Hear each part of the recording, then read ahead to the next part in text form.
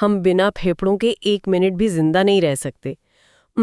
लेकिन जरा अपने आसपास मौजूद उन विशाल पेड़ों के बारे में सोचिए, जो सदियों से बिना फेफड़ों के, बिना किसी श्वसन तंत्र के चुपचाप सांस ले रहे हैं। बिल्कुल।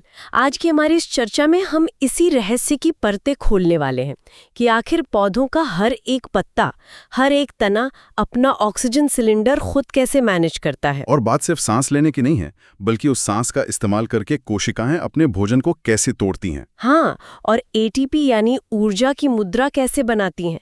आज हम इस पूरी सेल्यूलर मशीनरी को डिकोड करेंगे। तो चलिए सबसे पहले इसी बुनियादी पहेली से शुरू करते हैं। जानवरों और इंसानों के पास तो हवा खींचने और छोड़ने के लिए एक पूरा सिस्टम है, फेफड़े हैं, खून है जो ऑक्सीजन ढोता है। लेकिन एक आम का पेड़ या एक छोटा सा पौधा, इनके पास तो ऐसा कुछ नहीं है। तो ये ऑक्सीजन कैसे लेते हैं? देखिए, ये प्रकृति की सबसे शानदार इंजीनियरिंग में से एक है। मतलब? जानवरों में श्वसन एक केंद्रीकृत यानी सेंट्रलाइज्ड सिस्टम है। हमारे फेफड़े ऑक्सीजन लेते हैं और फिर खून उसे पूरे शरीर में पहुंचाता है। लेकिन पौधों ने एक डिसेंट्रलाइज्ड मॉडल अपनाया है, यानी विकेंद्रीकृत। बिल्कुल। पौधों को भी ऊर्जा चाहिए, उन्हें भी ऑक्सीजन की जरूरत होती है और वे कार्बन डाइऑक्साइड छोड़ते हैं। लेकिन उन्होंने गैसों का ट्रांसपोर्ट करने की झंझट ही खत्म कर दी। तो फिर गैसों का आदान प्रदान होता कैसे है? पौधे रंध्र यानी स्टोमेटा और वातरंध्र, जिन्हें लेंटिसेल्स कहते हैं, उनके माध्यम से गैसों का आदान प्रदान करते हैं। सोर्सेज में इसके 4 बहुत ही दिलचस्प कारण बताए गए हैं। पहला कारण तो शायद यही है कि पौधों का हर एक हिस्सा अपनी गैसों के आदान प्रदान का ध्यान खुद रखता है। एकदम सही। जड़ों को पत्तियों से ऑक्सीजन मांगने की जरूरत नहीं है, हर हिस्सा आत्मनिर्भर है। ये तो ऐसा हुआ जैसे अगर हमारा हाथ खुद सांस ले पाता और उसे फेफड़ों की जरूरत ही ना होती। बिल्कुल सही उपमा है। जड़ों, तनों और पत्तियों का अपना अलग सिस्टम है। दूसरा कारण ये है कि पौधों में गैसों के परिवहन की मांग जानवरों की तुलना में बहुत कम होती है। जाहिर है, पौधे हमारी तरह दौड़ते भागते नहीं हैं। हाँ, वो शिकार नहीं करते, इसलिए उनकी ऊर्जा की जरूरतें और श्वसन दर बहुत धीमी होती है।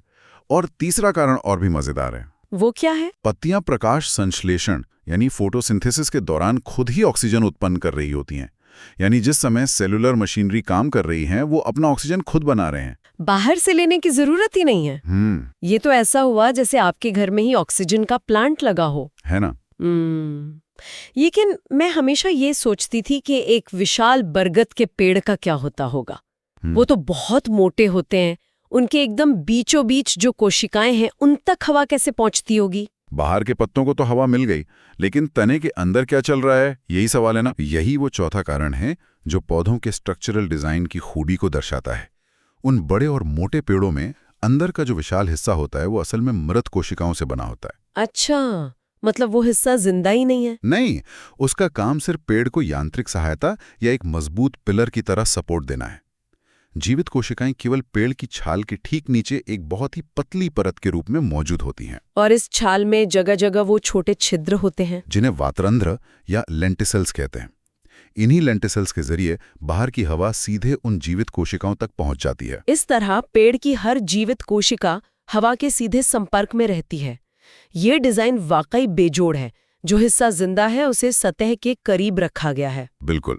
अब जब कोशिकाओं को ऑक्सीजन मिल गई और भोजन यानी ग्लूकोज भी उनके पास है, तो अगली चुनौती ये है कि उस भोजन से ऊर्जा कैसे निकाली जाए। मैंने इस रिसर्च में पढ़ा कि ये ग्लूकोज सीधे नहीं टूटता। अगर ग्लूकोज को एक ही बार में जला दिया जाए तो इतनी भयानक ऊर्जा निकलेगी कि कोशिका ही जलकर नष्ट हो जाएगी। एकदम सटीक बात है। ये ऊर्जा धीरे धीरे छोटे छोटे चरणों में निकाली जाती है ताकि उसे एटीपी के रूप में स्टोर किया जा सके। एटीपी? हाँ, एटीपी यानी एडेनोसिन ट्राइफॉस्फेट। यही कोशिका के लिए ऊर्जा की मुद्रा या एनर्जी करेंसी है। जब भी कोशिका को कोई काम करना होता है तो वो इसी एटीपी को खर्च करती है। तो श्वसन की इस पूरी प्रक्रिया का जो सबसे पहला चरण है उसे ग्लाइकोलिसिस कहते हैं, है ना? जी हाँ। विज्ञान के इतिहास में इस प्रक्रिया की खोज बहुत दिलचस्प है। ग्लाइकोलिसिस शब्द ग्रीक भाषा के 2 शब्दों से बना है। ग्लाइकस, जिसका अर्थ है शर्करा या शुगर, और लाइसिस, जिसका अर्थ है टूटना। बिल्कुल। इसे ईएमपी पथ भी कहा जाता है। हाँ, ईएमपी पथ। और जहां तक मुझे याद आ रहा है, ये नाम उन 3 वैज्ञानिकों के नाम पर पड़ा है जिन्होंने इस पहेली को सुलझाया था, एम्बेडन, मेयरहोफ और परनाज। सही कहा आपने। ये समझना कि एक सेल के अंदर शुगर कैसे टूटती है, दशकों की मेहनत का नतीजा था। और सबसे खास बात यह है कि ये पूरी प्रक्रिया कोशिका द्रव्य यानी साइटोप्लाज्म में होती है। और इसके लिए ऑक्सीजन की बिल्कुल भी आवश्यकता नहीं होती। बिल्कुल। ऑक्सीजन की जरूरत न होना इसे बहुत खास बनाता है। इसका मतलब है कि जो जीव अवायवीय होते हैं, जो ऑक्सीजन के बिना रहते हैं, उनके लिए ऊर्जा प्राप्त करने का यही एकमात्र तरीका है। विकासवाद के नजरिए से देखें तो जब पृथ्वी पर ऑक्सीजन नहीं थी तब भी ग्लाइकोलिसिस हो रहा था। एकदम। तो ये ग्लाइकोलिसिस असल में काम कैसे करता है? मतलब शर्करा के टूटने की प्रक्रिया को अगर हम विजुअलाइज करें तो ये कैसा दिखता है? ये 10 अलग-अलग एंजाइमेटिक प्रतिक्रियाओं से गुजरता है। ये तो ऐसा है जैसे किसी बड़ी चट्टान को धीरे धीरे छेनी से तराशना। ये उपमा बिल्कुल फिट बैठती है। इस प्रक्रिया में 6 कार्बन वाला एक भारी भरकम ग्लूकोज का अणु लगातार 10 प्रतिक्रियाओं की एक श्रृंखला से गुजरता है। हर एक एंजाइम उस अणु में थोड़ा सा बदलाव करता है। और अंत में क्या होता है? इन 10 चरणों के अंत में वह ग्लूकोज बीच से टूटकर 3 कार्बन वाले पाइरुविक अम्ल या पाइरुवेट के 2 अणुओं में बदल जाता है। और अगर हम इसमें ऊर्जा के गणित की बात करें तो ये एक व्यापार की तरह है। शुरुआत के चरणों में कोशिका को ग्लूकोज को अस्थिर करने के लिए अपने पास से 2 एटीपी खर्च करने पड़ते हैं। मतलब पैसा कमाने के लिए पहले थोड़ा पैसा लगाना पड़ता है। ठीक वैसा ही। ये एक शुरुआती निवेश है, लेकिन प्रक्रिया के अंत तक 4 नए एटीपी अणुओं का निर्माण होता है। तो अगर हम शुद्ध लाभ की बात करें तो 4 में से 2 खर्च किए गए एटीपी घटा दें तो हमारे पास 2 एटीपी का शुद्ध लाभ बचता है। हाँ, और इसके साथ ही इस प्रक्रिया में NADH के अणुओं का भी निर्माण होता है। ये NADH एक तरह का बैंक चेक है जिसे बाद में कैश कराकर बहुत सारी ऊर्जा निकाली जा सकती है। लेकिन रुकिए, अगर यहाँ सिर्फ 2 एटीपी का ही शुद्ध लाभ हो रहा है तो ये तो बहुत कम ऊर्जा है। चलिए यहाँ एक वास्तविक जीवन की स्थिति पर विचार करते हैं। बताइए। जब कोई इंसान भारी व्यायाम या कसरत कर रहा होता है, जैसे बहुत तेज दौड़ना, तो उसकी मांसपेशियों में ऑक्सीजन की भारी कमी हो जाती है। शरीर उतनी तेजी से ऑक्सीजन नहीं पहुंचा पाता जितनी तेजी से पैरों को ऊर्जा चाहिए होती है। हाँ, ऐसे में ये पाइरुविक अम्ल क्या करता है? क्योंकि बिना ऑक्सीजन के तो आगे का रास्ता बंद हो जाना चाहिए। ये एक बेहतरीन सवाल है। जब ऑक्सीजन उपलब्ध नहीं होती है तो कोशिकाएं एक बैकअप जनरेटर चालू कर देती हैं। इसे हम किण्वन या फर्मेंटेशन कहते हैं। अच्छा, किण्वन। हाँ, इस प्रक्रिया में ग्लूकोज का अपूर्ण ऑक्सीकरण होता है। किण्वन मुख्य रूप से 2 प्रकार का होता है।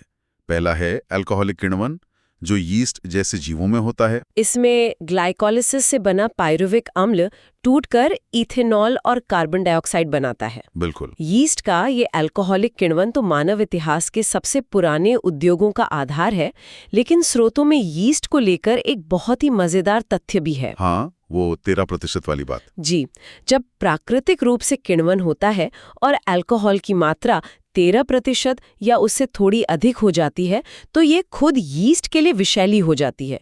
मतलब यीस्ट खुद ही अपनी बनाई शराब में डूबकर जान दे देता है। ये प्रकृति की एक बहुत ही सख्त सीमा है। यीस्ट एक बिंदु के बाद अपने ही उत्पाद को बर्दाश्त नहीं कर सकता।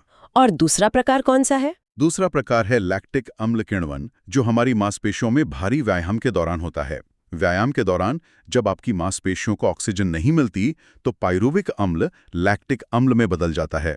और इसी लैक्टिक अम्ल के जमा होने से हमें मांसपेशियों में वो जलन, थकान या ऐंठन महसूस होती है जिसे हम क्रैम्प्स कहते हैं। एकदम सही। लेकिन अगर हम ऊर्जा के नजरिए से सोचें तो किण्वन में सिर्फ 7% ऊर्जा ही मुक्त हो पाती है, और वो भी पूरी तरह एटीपी में नहीं बदलती।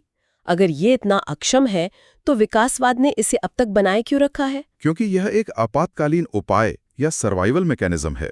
सोचिए, हमारे पूर्वज किसी जंगली जानवर से बचकर भाग रहे हैं। उन्हें तुरंत ऊर्जा चाहिए। फेफड़े उतनी जल्दी ऑक्सीजन नहीं दे पा रहे हैं। हाँ, अगर शरीर ऑक्सीजन का इंतजार करेगा तो इंसान मारा जाएगा। ऐसे में किण्वन तुरंत थोड़ी थोड़ी ऊर्जा देकर मांसपेशियों को चालू रखता है। बाद में दर्द सहना पड़ता है, लेकिन जान बच जाती है। बिल्कुल। संकट के समय में यही जीवन रक्षक है। बैकअप जनरेटर से आप पूरा शहर नहीं रोशन कर सकते, लेकिन कम से कम इमरजेंसी लाइट तो जला ही सकते हैं। बहुत खूब कहा। लेकिन जब खतरा टल जाता है और ऑक्सीजन वापस भरपूर मात्रा में आ जाती है, तब कहानी साइटोप्लाज्म से आगे बढ़ती है। तब यह पाइरुविक अम्ल कोशिका के पावर हाउस यानी माइटोकॉन्ड्रिया के अंदर प्रवेश करता है। और अब शुरू होता है असली जादू, जिसे ऑक्सी श्वसन या एरोबिक रेस्पिरेशन कहते हैं। जहां ऑक्सीजन मौजूद होती है। बिल्कुल। सबसे पहले पायरुविक अम्ल माइटोकॉन्ड्रिया की अधात्री यानी मैट्रिक्स में प्रवेश करता है। वहां इसका ऑक्सीकारी फॉस्फोरिलीकरण होता है और ये एसिटाइल कोएंजाइम ए नामक एक बहुत ही महत्वपूर्ण यौगिक में बदल जाता है। हाँ, इस दौरान कार्बन डाइऑक्साइड का एक अणु बाहर निकलता है और एक NADH बनता है।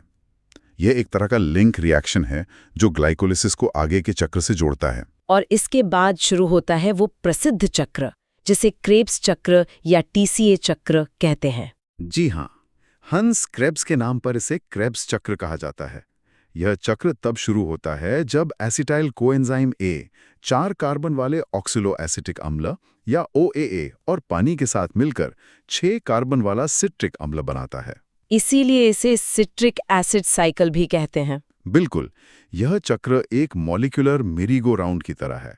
कार्बन के अणु टूटते हैं, कार्बन डाइऑक्साइड बाहर निकलती है और इस पूरी प्रक्रिया का मुख्य उद्देश्य उन चेकों को जमा करना है जिनकी हमने पहले बात की थी। मतलब ऊर्जा को सीधे ATP में बनाने के बजाय ये चक्र NADH और FADH2 के रूप में ऊर्जा को स्टोर कर रहा है। एकदम सही। इस क्रेब्स चक्र के हर एक घुमाव में 3 NADH, एक FADH2 और एक ATP का निर्माण होता है, जो शुरुआत में GTP के रूप में बनता है। हाँ, और याद रहे कि एक ग्लूकोज से 2 पायरुविक अम्ल बने थे, इसलिए एक पूरे ग्लूकोज अणु का हिसाब लगाने के लिए यह क्रेब्स चक्र 2 बार घूमता है। ठीक है, तो हमने देखा कि कोशिका द्रव्य में ग्लाइकोलिसिस हुआ, फिर माइटोकॉन्ड्रिया के मैट्रिक्स में क्रेब्स चक्र हुआ। लेकिन एक बहुत बड़ा सवाल यहाँ ये उठता है। क्या सवाल? अभी तक हमने ATP के बहुत सारे अणुओं का निर्माण होते हुए नहीं देखा है।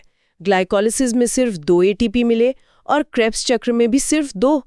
तो फिर इतनी सारी ऊर्जा जिसके बारे में हम बात कर रहे थे वो आएगी कहाँ से? असली ऊर्जा का खजाना भी बंद है। वो ऊर्जा उन ढेरों NADH और FADH2 के अणुओं में लॉक्ड है।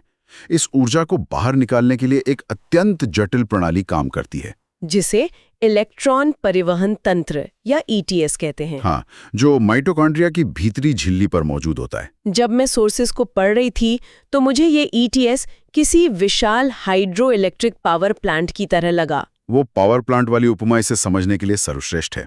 इस प्रक्रिया को एक पानी के बांध के रूप में सोचें। NADH और FADH2 अपने उच्च ऊर्जा वाले इलेक्ट्रॉनों को इस तंत्र में छोड़ते हैं और ये इलेक्ट्रॉन विभिन्न प्रोटीन कॉम्प्लेक्स जो कॉम्प्लेक्स 1 से 4 तक हैं उनसे होकर गुजरते हैं। जब ये इलेक्ट्रॉन एक वाहक से दूसरे वाहक तक छलांग लगाते हैं तो वे अपनी थोड़ी थोड़ी ऊर्जा छोड़ते जाते हैं। और उस ऊर्जा का क्या होता है? उस ऊर्जा का उपयोग करके ये कॉम्प्लेक्स प्रोटॉन यानी H+ आयन को माइटोकॉन्ड्रिया के मैट्रिक्स से धकेलकर भीतरी और बाहरी झिल्ली की बीच की जगह में इकट्ठा करते हैं। ये ठीक वैसा ही है जैसे आप बिजली का उपयोग करके पानी को एक बहुत ऊंचे बांध के पीछे इकट्ठा कर रहे हो। बिल्कुल, एक बहुत मजबूत प्रोटॉन प्रवणता बन जाती है। झिल्ली के एक तरफ बहुत सारे प्रोटॉन जमा हो जाते हैं जो वापस अंदर आने के लिए बेताब होते हैं। और यहीं पर वो सबसे शानदार मशीन काम आती है जिसे ATP सिंथेज या कॉम्प्लेक्स 5 कहते हैं। हाँ, उन जमा हुए प्रोटॉन्स को वापस आने का सिर्फ एक ही रास्ता मिलता है और वो है इस ATP सिंथेज के बीच से होकर गुजरना। मैंने पढ़ा है कि ये असल में एक मॉलिक्यूलर मोटर है। जब प्रोटॉन इसके अंदर से बहुत तेजी से गुजरते हैं तो इसका एक हिस्सा सचमुच एक टरबाइन की तरह गोल गोल घूमता है। ये जीव विज्ञान के सबसे बड़े चमत्कारों में से एक है। हाँ, वो भौतिक रूप से घूमता है और उस टरबाइन के घूमने से जो यांत्रिक ऊर्जा पैदा होती है उसका उपयोग करके ये एंजाइम ADP में एक फॉस्फेट जोड़कर भारी मात्रा में ATP का निर्माण करता है। इसी पूरी प्रक्रिया को ऑक्सीकारी फॉस्फोरिलीकरण या ऑक्सीडेटिव फॉस्फोराइलेशन कहते हैं। लेकिन इस पूरी कहानी में ऑक्सीजन कहाँ है? हमने शुरुआती इस बात से की थी कि हम बिना ऑक्सीजन के जिंदा नहीं रह सकते, लेकिन अब तक तो ऑक्सीजन का कहीं नाम ही नहीं आया। ऑक्सीजन का प्रवेश इस पूरी फिल्म के एकदम क्लाइमैक्स में होता है। अच्छा, सोचिए, इलेक्ट्रॉन कॉम्प्लेक्स 1 से 4 तक छलांग लगा रहे हैं। अगर वे कॉम्प्लेक्स 4 पर जाकर रुक गए तो पूरा सिस्टम जैम हो जाएगा। जैसे किसी हाईवे पर ट्रैफिक जैम लग गया हो, उन ठके हुए इलेक्ट्रॉनों को वहां से हटाने के लिए कोई चाहिए। बिल्कुल, ऑक्सीजन इस पूरे श्रृंखला में अंतिम इलेक्ट्रॉन ग्राही के रूप में कार्य करती है। वो आती है, उन इलेक्ट्रॉनों को पकड़ती है, मैट्रिक्स से कुछ प्रोटॉन लेती है और पानी का एक अणु बनाकर शांति से बाहर निकल जाती है। यानी अगर ऑक्सीजन ना हो तो ये पूरा इलेक्ट्रॉन का बहाव रुक जाएगा। प्रोटॉन का पंप होना बंद हो जाएगा, टरबाइन रुक जाएगा, एटीपी बनना बंद हो जाएगा और कुछ ही मिनटों में कोशिका की मृत्यु हो जाएगी। ये एक रोंगटे खड़े कर देने वाला एहसास है कि कैसे सिर्फ एक गैस की कमी हमारे शरीर के खरबों सेल्यूलर टरबाइनों को पलक झपकते ही रोक सकती है। बिल्कुल। और अगर हम गणित की बात करें तो इस टरबाइन से कितनी ऊर्जा निकलती है? बहुत स्पष्ट गणित है। जब NADH के एक अणु का ऑक्सीकरण होता है तो उससे इतनी ऊर्जा निकलती है कि टरबाइन 3 ATP बना सके, और जब FADH2 के एक अणु का ऑक्सीकरण होता है तो उससे 2 ATP अणुओं का निर्माण होता है। तो अगर हम पूरे ग्लूकोज के अणु के टूटने का सिद्धांतिक हिसाब लगाएं तो ग्लाइकोलिसिस से लेकर क्रेब्स चक्र और अंत में इस ETS टरबाइन से होकर एक ग्लूकोज अणु हमें 38 ATP अणुओं की शुद्ध प्राप्ति देता है। 2 ATP की तुलना में 38 ATP ये ऑक्सीजन की असली ताकत है। कमाल है। हालांकि वास्तविक जीवित कोशिकाओं में यह संख्या थोड़ी ऊपर नीचे हो सकती है, क्योंकि कोशिका के अंदर कई अन्य प्रक्रियाएं भी साथ साथ चल रही होती हैं। हाँ, और इसी बात से हम एक बहुत बड़ी गलतफहमी की ओर आते हैं। अक्सर हम सोचते हैं कि श्वसन केवल चीजों को तोड़ने की प्रक्रिया है, जिसे विज्ञान की भाषा में अपचय या कैटाबॉलिज्म कहते हैं, जहां ग्लूकोज टूट रहा है, विनाश हो रहा है और ऊर्जा निकल रही है। लेकिन क्या ये केवल विनाशकारी प्रक्रिया है? नहीं, हमें इस एम्फीबोलिक पथ की अवधारणा को समझना होगा। एम्फीबोलिक पथ। हाँ, हमारा शरीर एक बहुत ही स्मार्ट फैक्ट्री है। जब शरीर को ऊर्जा की नहीं बल्कि कुछ निर्माण करने की आवश्यकता होती है तो ये श्वसन पथ ही वो जगह है जहां से कच्चा माल निकाला जाता है। उदाहरण के लिए मान लीजिए आपके शरीर को वसा या फैट बनानी है, तो शरीर क्या करेगा? वो क्रेब्स चक्र में जाने से ठीक पहले ही एसिटाइल कोएंजाइम ए को उस रास्ते से बाहर खींच लेगा और उसे वसा बनाने के काम में लगा देगा। इसे एक लेगो सेट की तरह सोच सकते हैं। आपने एक बड़ा लेगो का महल तोड़ा। हाँ, आप उसे इसलिए नहीं तोड़ रहे हैं कि आपको सिर्फ उसे नष्ट करना है। आप उसे इसलिए तोड़ रहे हैं ताकि उसके छोटे टुकड़ों का इस्तेमाल करके आप एक स्पेसशिप बना सकें। बहुत ही शानदार एनालॉजी है। चूंकि इस पथ में टूटना यानी अपचय और नया बनना यानी उपचय दोनों प्रक्रियाएं एक साथ एक ही समय पर चलती रहती हैं। इसलिए इस पूरे श्वसन पथ को केवल अपचयी कहना तकनीकी रूप से गलत होगा। इसके लिए सबसे सटीक शब्द है एम्फीबॉलिक पथ। ये एक ऐसा चौराहा है जहां चीजें टूट भी रही हैं और जरूरत पड़ने पर नई चीजें बन भी रही हैं। ये जीवन को देखने का एक बहुत ही गहरा नजरिया है। एक और चीज जो श्वसन से जुड़ी है और अक्सर चर्चा में आती है वो है श्वसन गुणांक या RQ। Respiratory quotient. हाँ, इसे ईंधन का इंडिकेटर कह सकते हैं। श्वसन के दौरान कितनी कार्बन डाइऑक्साइड गैस बाहर निकली है और कितनी ऑक्सीजन गैस उपयोग में लाई गई है, इन दोनों के अनुपात को RQ कहते हैं। ये सीधे तौर पर इस बात पर निर्भर करता है कि कोशिका उस समय कौन सा ईंधन इस्तेमाल कर रही है। बिल्कुल, अगर कोशिका शुद्ध कार्बोहाइड्रेट जला रही है तो जितनी ऑक्सीजन वो इस्तेमाल करती है ठीक उतनी ही कार्बन डाइऑक्साइड बाहर निकालती है।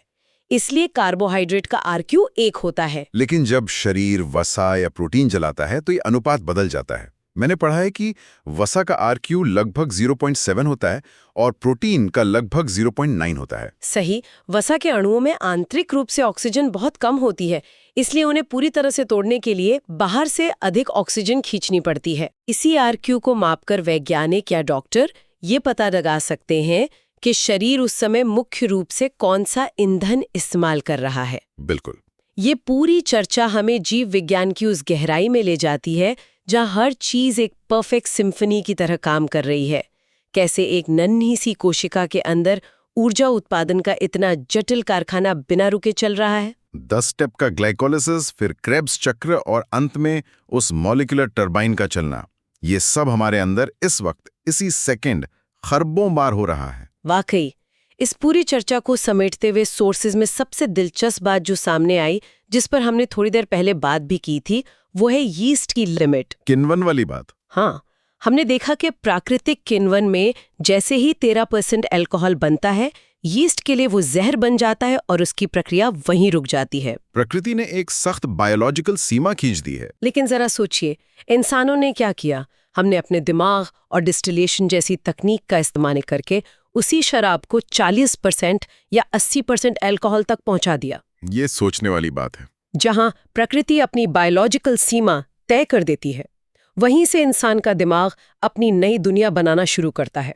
क्या ये इस बात का एक आश्चर्यजनक उदाहरण नहीं है कि मानवीय तकनीक कैसे जीव विज्ञान की सीमाओं को पार कर सकती है? प्रकृति के नियम अपनी जगह हैं, लेकिन मानव की जिज्ञासा उस नियम को भी अपने फायदे के लिए मोड़ना जानती है। बिल्कुल। ये निश्चित रूप से हम सभी के लिए एक दिलचस्प सवाल है जिस पर गहराई से विचार किया जाना चाहिए। अगली बार जब आप गहरी सांस लें तो उन खरबों टरबाइनों को जरूर याद रखें जो आपको जिंदा रखे हुए हैं।